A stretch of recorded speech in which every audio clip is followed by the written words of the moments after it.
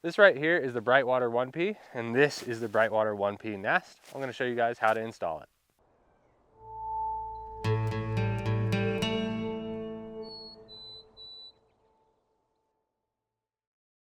So the Brightwater nest is going to be kind of a 2/3 nest. It's going to take up your whole entire sleeping area, but this vestibule out front, so anything in front of this trekking pole here, is going to be floorless for gear storage and or muddy boots, things like that. The Brightwater nest is going to come with 5 pieces of this yellow cordage that are going to be going around the shelter to other stake points. So I'll show you guys how to attach that right now. We're going to simply just come over, take our cordage. I already have it installed in a lot of other spots. But you're going to have, as you can see it's installed here, you're going to have some gross grain above this line lock that you use for your stake points.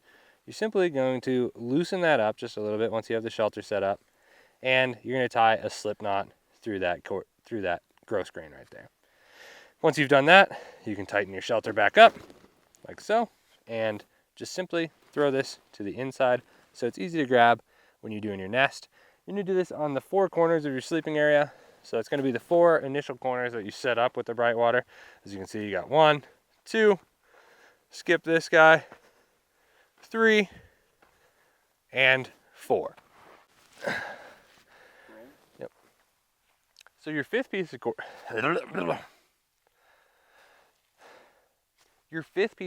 is going to go up in the cone. As you're going to see, I'm going to pull this pole out for you real quick. There's a D-ring here in this cone, and I'm just going to simply tie that yellow cordage to there. That's going to be where the top of the nest goes. We have the Brightwater nest out of the bag.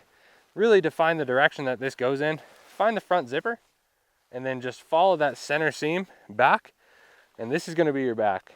So I like to just install it real easily by starting with these toggles. These toggles have associated D-rings inside of the shelter, and I'll show you that now. Your toggles are going to associate with the inside of the shelter. There's a D-ring here. You simply just slide that toggle through, like so. And I like to start with the back, which again is that center seam coming from the top of that front zipper. And then I just go around the shelter with these D-rings,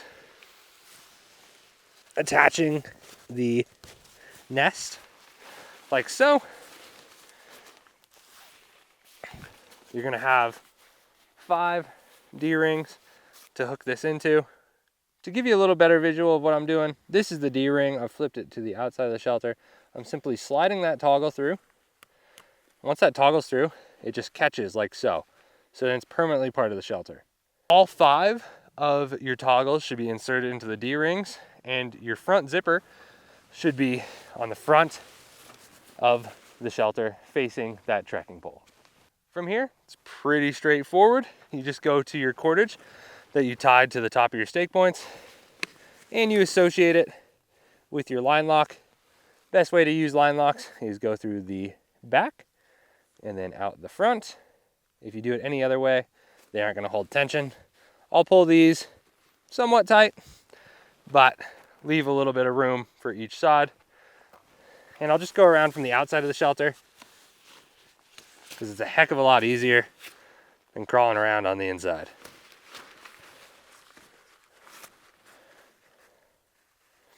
One thing to note is you don't want to tighten these too much, as it's going to affect the shape of the shelter. So just pull them decent like that. We now have all 4 of the cordages tied to the shelter. So that gives us our nice footprint here. Lastly, really simple, find the top of your zipper. Top of your zipper is going to be a line lock. We tied this cordage in at the top with that D-ring. We're just going to slide that through like so. And we're going to tension that up to give us our nest like that. One thing to note is you don't want to pull anything too hard, as if you pull anything too hard, it's going to affect the shape and the performance of the shelter. That is basically your nest all assembled into the Brightwater 1-person shelter. There is one last thing to do if you want. You have this center pole here, whether it be carbon or whether it be a trekking pole, and it is a little bit of a hindrance getting in and out of the shelter. So what we have is, if you desire, there is this offset right here in this nest. And this is simply so that you can just offset your pole, so it's a little easier to get in and out of the shelter. What you do here is you just take this stretchy shock cord and you just pass it through itself and then tension it up.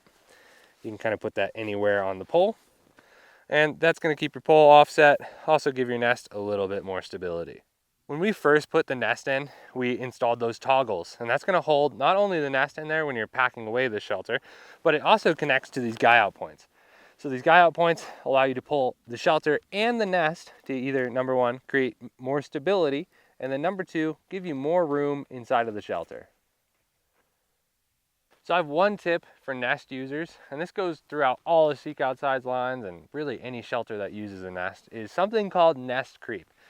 Now, this can be a frustrating thing because every time you set up your shelter, you're tensioning it down, right? With the nest and the shelter and all that stuff, it's getting nice and tight.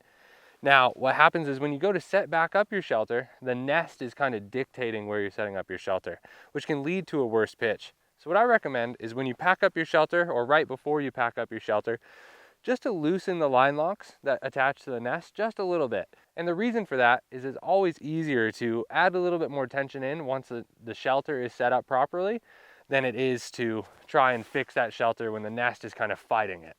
The Brightwater was designed to give you a large feeling interior space without compromising on the footprint size. So the footprint is nice and small, but it feels really nice and big inside for a one-person shelter.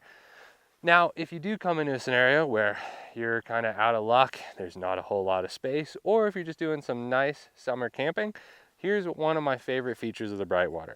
So you can simply take this loop up top, attach some cordage, and stake out the front.